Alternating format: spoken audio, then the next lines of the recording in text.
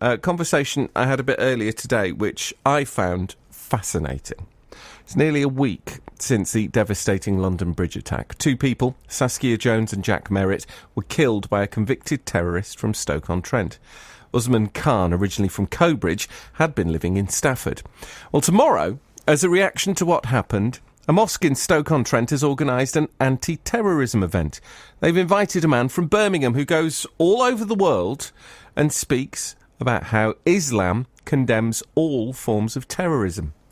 I spoke to Abu Khadeejah earlier and asked him how he felt when he heard the news on Friday. My first reaction last week was that this is not something that we as Muslims or the Muslim community need right now. After years of suffering at the hands of these terrorists, because the Muslims are the greatest victims of terror, because most of the terrorist attacks that take place in the world actually take place in Muslim countries, whether it be in Saudi Arabia or Egypt, Morocco, Tunisia. You find that most terrorist attacks are targeted towards Muslims. Occasionally, of course, some of that overflows into non-Muslim targets, because to them it's all the same, whether you're Muslim or non-Muslim, because the terrorist in essence has no religion.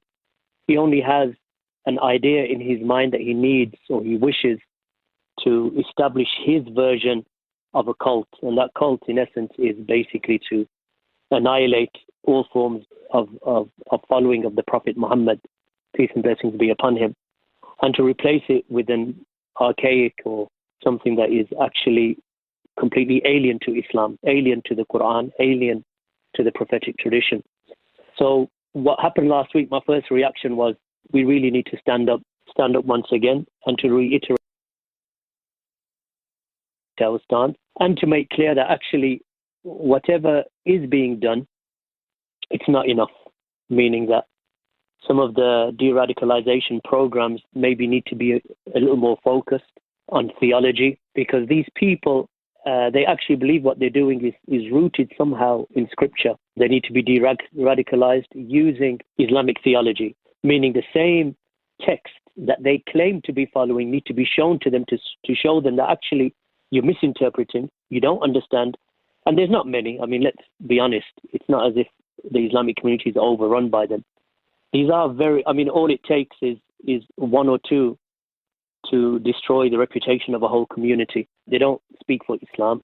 So if they feel that they need to take an approach that is violent, then right from the beginning we tell them, well, if you want to take a violent approach, then don't do it in the name of Islam, because Islam actually doesn't teach it.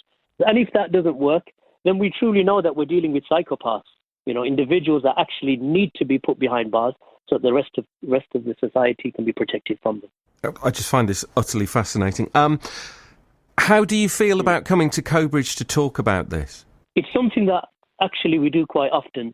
It's not something new to us. We're fairly well versed with regard to combating theologically the ideas of the radicals. And I believe that it is the most robust and it is the best approach. You need to fight these individuals with the very text that they are using, or the very sources that they are trying to use to justify their action. So me coming to Stoke, actually, we see it as an Islamic duty. It's not something that we do because it's a job that we get paid for. There's no salary involved. We do it because we believe it's an Islamic duty. Because the real issue here is not that I'm trying to convince non-Muslims. My real task is to convince young, impressionable Muslims that actually there's a group of people out there who are ready and willing to deceive you for their own political ends. Because there's so many grades and shades of Islamic ideology that are out there, then how does a youth at the age of 17, 18, 19, right up until maybe the mid-20s till he's 30, how does he actually decipher without having knowledge of the Arabic language, without having knowledge of the Islamic tradition and Islamic theology? How does he decipher right from wrong when everything is being thrown at him? And I think that's what happened with this, with this terrorist, who took part in that terrorist attack on London Bridge the other day. So he is actually completely and utterly lost as to what the true Islamic stance is in these matters. How is it possible that a Muslim can get it into his head that you can go out and kill civilians, innocent people who are going about their daily chores, who are just going about their daily duties, How is it possible that a Muslim can get it into his head that this is what the Prophet Muhammad came with?